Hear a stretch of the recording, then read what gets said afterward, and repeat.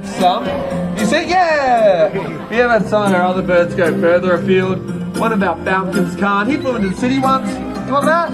Yeah, you do. One of our eagles, they flew all the way over to Bondi. And twice now, our red tails have gone to Narrabeen. They wear little trackers. Yeah. So we can find them quickly, efficiently, and bring them home after birds' big day out. Alrighty, we do have one more piece for them. They're either going to fly over that way a little bit, slowly. Dixie, what do you reckon? Up goes? There you are. Everybody, Dixie, our whistling kite. I reckon she might have given an encore lap. Let's see how we go. Now, for a bird like that, generally, we're watching that encore lap. The bird that I'm referring to is the black-breasted buzzard. For a bird like this. Everyone, this is Slammer. And even with sharp talons and beak, they do need help to get inside this item, and that tool is simply a rock.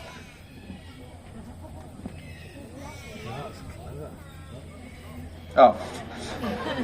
That was anticlimactic. Try again.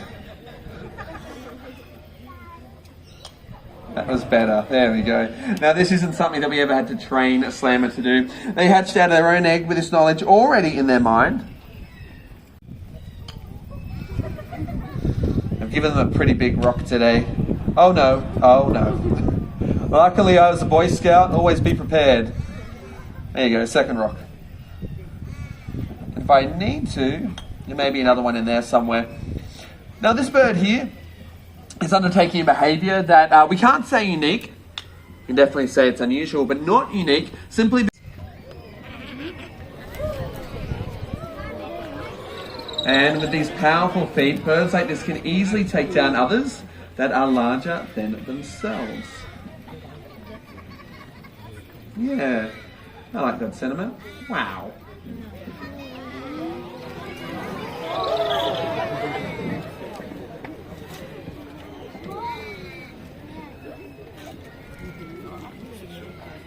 Get ready.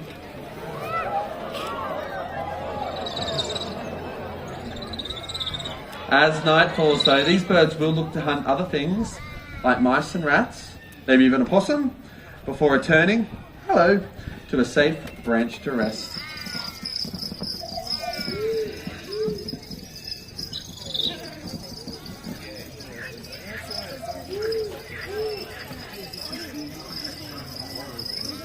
Now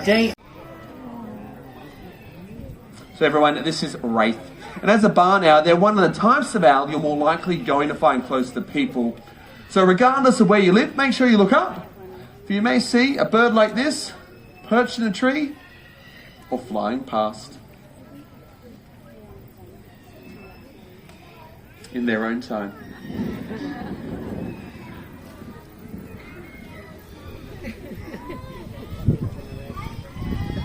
Don't hold your breath, there you go. There you go. Now, around the world, people have had a fascination with owls, many cultures seeing them as symbols of wisdom, as messengers, or even as the bringers of prophecy.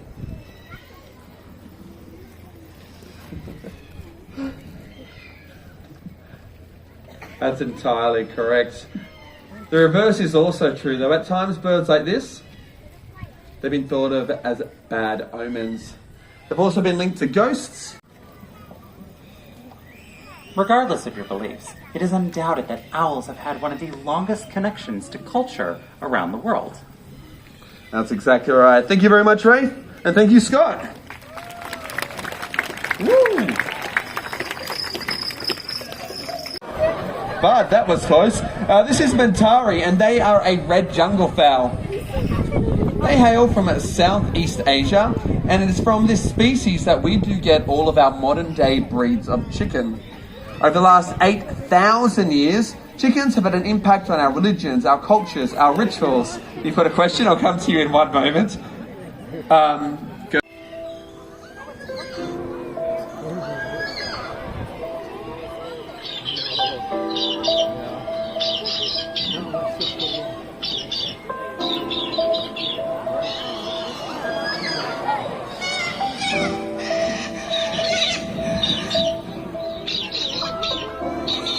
So we've got our sulphur-crested cockatoos. Over there is our pink cockatoo, sometimes confused for galahs, but a very different species altogether. But the next one to come out, you may be less familiar with. Definitely not a local to the area. They are the red-tailed black cockatoo.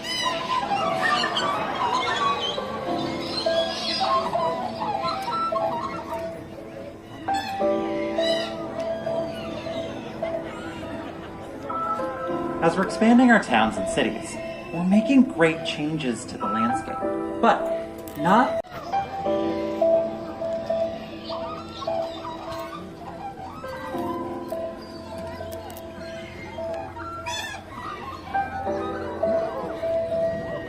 many birds, just like the handsome red-tailed black cockatoo here, rely on old tree hollows to make their nest. That's exactly right. And for those on the far side over there, you'll be able to see that they're black, but they're actually...